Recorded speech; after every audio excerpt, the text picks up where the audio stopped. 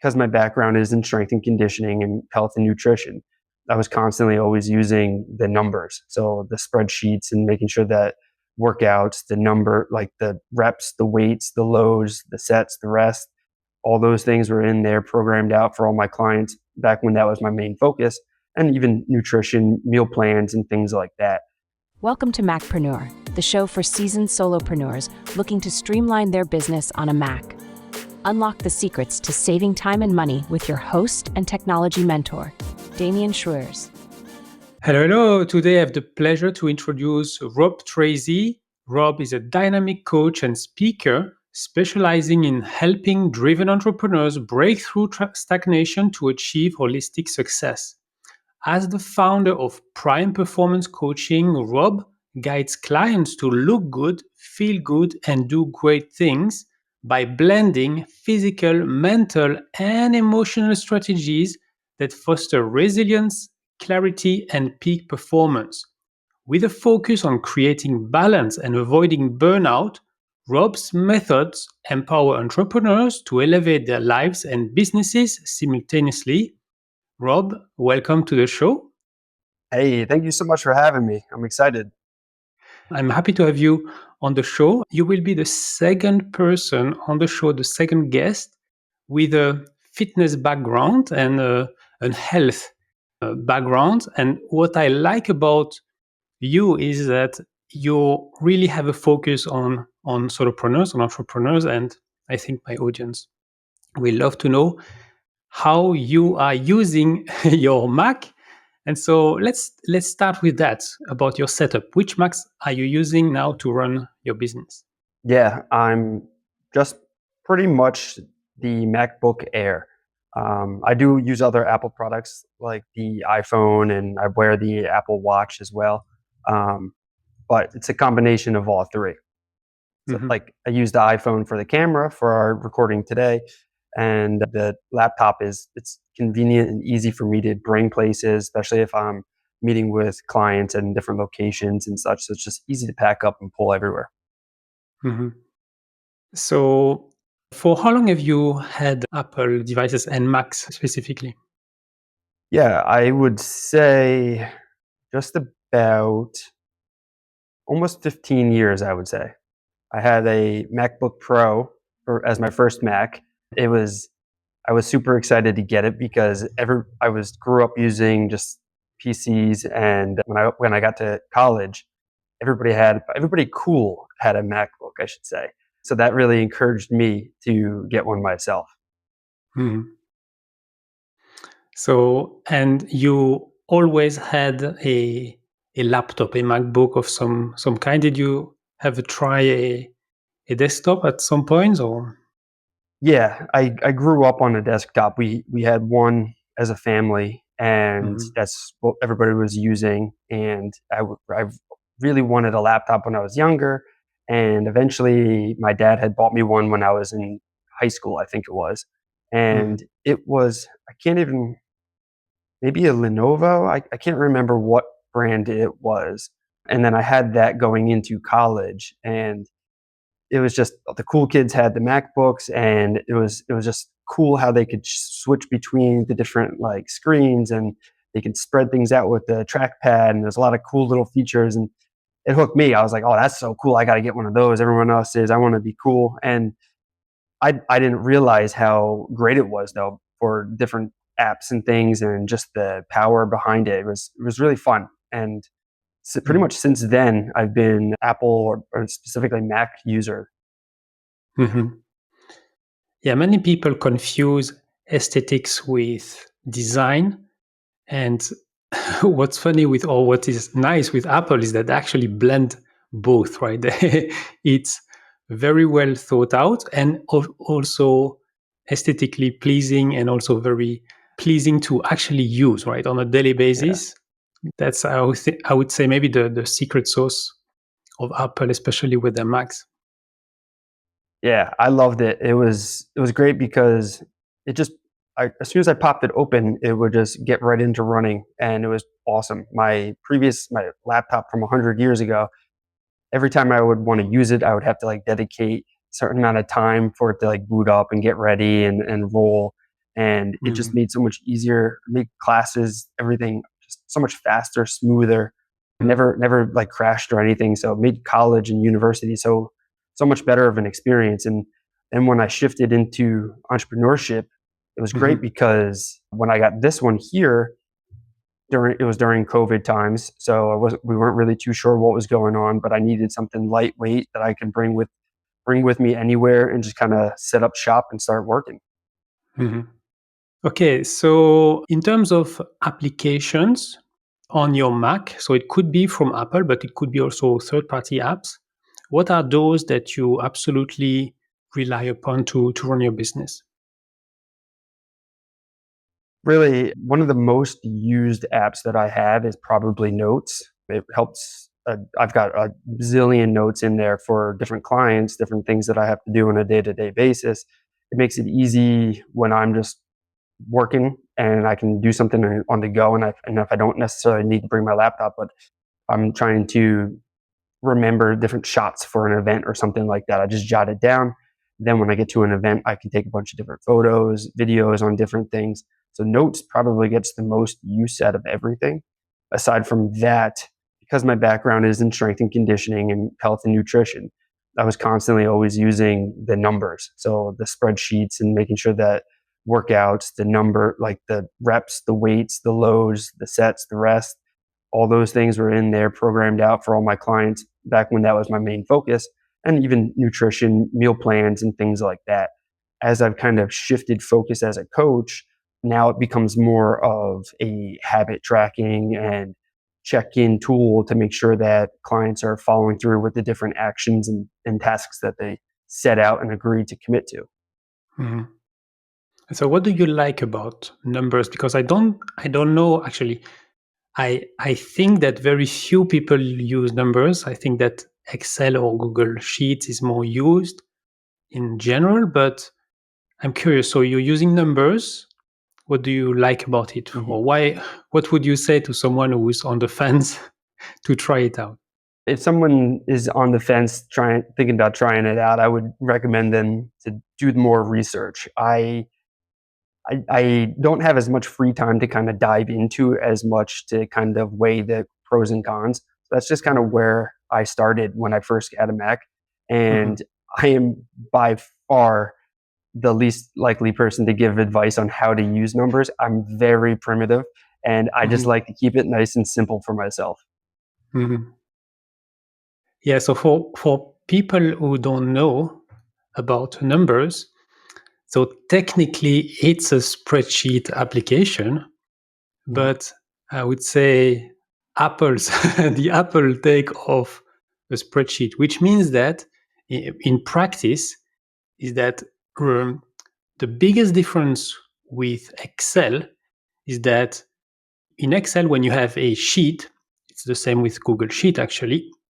You have I don't know how many tens of thousands of columns and millions of rows, and you have to deal with that. Yeah, it's like a big, big canvas full of cells. Whereas on a sheet in numbers, you can actually have separate tables, and the tables only show cells for the columns and the rows that you want.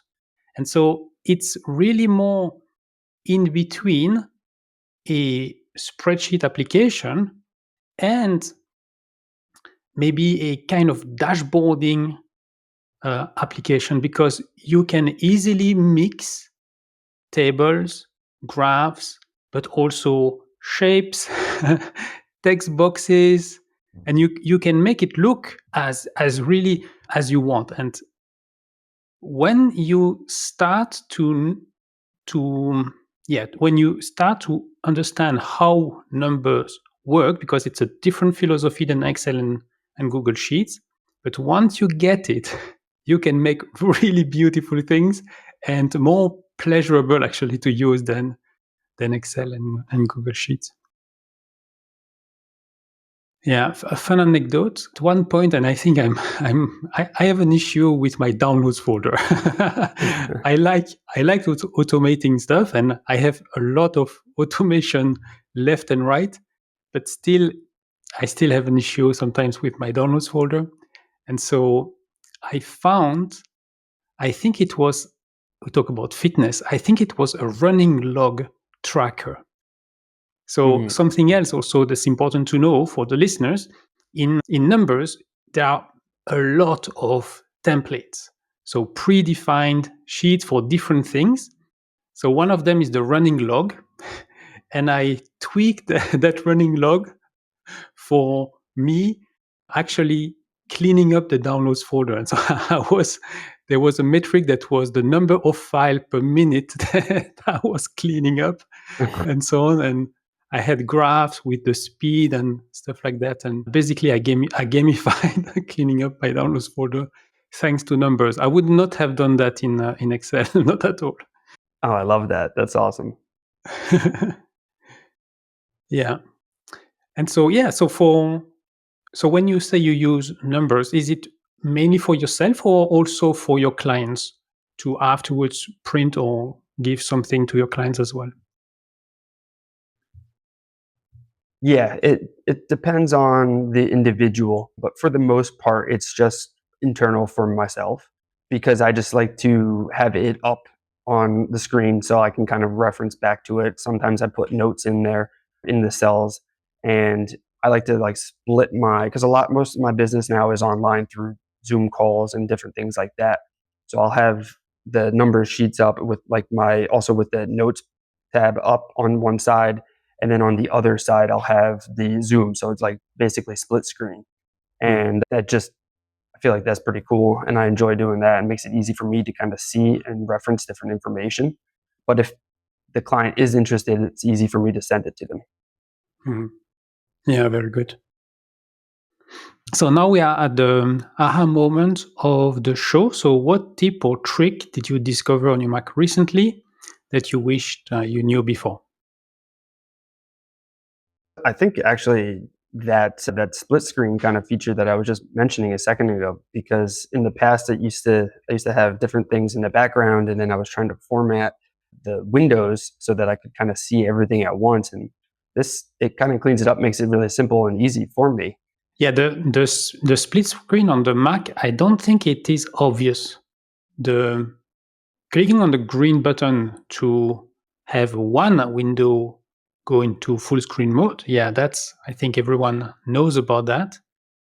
But the fact that if you hover the mouse over the green button and you wait a second or two, and you will see the option to tile the windows left and right so that they are a little bit like on the iPad. Actually, it's the same system on the iPad for two apps side by side. Yeah, it's great. It gives you a bunch of different options too. I didn't know about that. Mhm. Yeah. And so for the people who want even more, if you hold down the option key of the keyboard while you hover the mouse over that green button, rather than the tile option, it's a move option. So the tile option will take one app and you decide whether it's the left half or right half, and then automatically you have to choose another one, and and basically you create a virtual desktop. But if you don't want that, if you want the windows to stay on the current desktop, is the option key that will allow that. So the option key on the green button, we have move window to left or move window to right, and that means we stay on the desktop rather than creating a separate desktop. Okay, so if you were in charge of the Mac division at Apple, what would be your first priority? You know, if you were to take me and throw me in, I would have made it so that there is an easy to access kind of cheat sheet training manual for everyone to kind of learn all the tips and tricks. But I think they kind of handled that pretty well with the tips that comes out Mhm. with all the new updates and such. I feel like that's awesome because it like is a crash course for all the new stuff that comes out, and I feel like that's super helpful. And I know I like dive into it, so I would imagine a lot of other individuals are using that as well. Mhm. Yeah. There is an official manual for every Mac that Apple produces. And for that, you can find it in the Books app. If you just look for MacBook Air, MacBook Pro, iMac, and so they have official guides. So for the hardware, and they create different editions based on the version of macOS. Because yes, some MacBooks, for instance, they got released, and let's say they got released in 2020, and it was Monterey. But then they have another version where they show about Ventura or Sonoma or something like that. So that's one thing. But I don't think a lot of people know about that in books. And it's the same with the iPhone and the iPad, right? You can find the manual for your device in Apple Books in the Books app. And then something else, and that is something that I discovered recently. It's if you activate Finder and you click on the help menu of Finder, you have the macOS help. And that's the macOS manual that will appear in the macOS user guide, which will appear in the bottom right corner of the screen. And that's actually the manual for macOS was there all along, and I just discovered it. That's good. Yeah. So something else. So Apple has been recently very active on YouTube. They have a YouTube channel on which they also now release a bunch of videos and tutorials on how to use their devices. And I think that's over the past few years, that has been a big improvement. Or I could see that they are making an effort on the education side of things. Yeah, that's got to be extremely helpful for a lot of people. Mm-hmm. Yeah. Yeah, so thank you very much, Rob. Where can people find you online? The easiest place to connect with me would probably be Instagram. Just at my handle is just at my name, Rob Tracz, Tracz, and pretty active on there. So it's easy to ask me questions. I respond very quickly and just kind of check in and see what's going on. Mm-hmm. Yeah. Thank you very much. I will put the link in the show notes, so to Rob's Instagram account, but also Rob's website and all the tools that we discussed. If, like Rob, you would like to share how you're using your Mac to run your solopreneur business, it's very simple. Just visit macpreneur.com/apply. If you are already on Podmatch, you just click on the button and you will land on the show profile page. Otherwise, just fill the application form and I will get back to you within a few days. So once again, it's macpreneur.com/apply. In the comments below, please share your main takeaway from this episode. And if not done yet, please subscribe to my channel so you'll get more helpful tips on how to run your business on your Mac. And until next time, I'm Macpreneur, wishing you a great day. Thank you for watching the Macpreneur podcast. If you've enjoyed the show, please leave a comment and share it with a friend right now.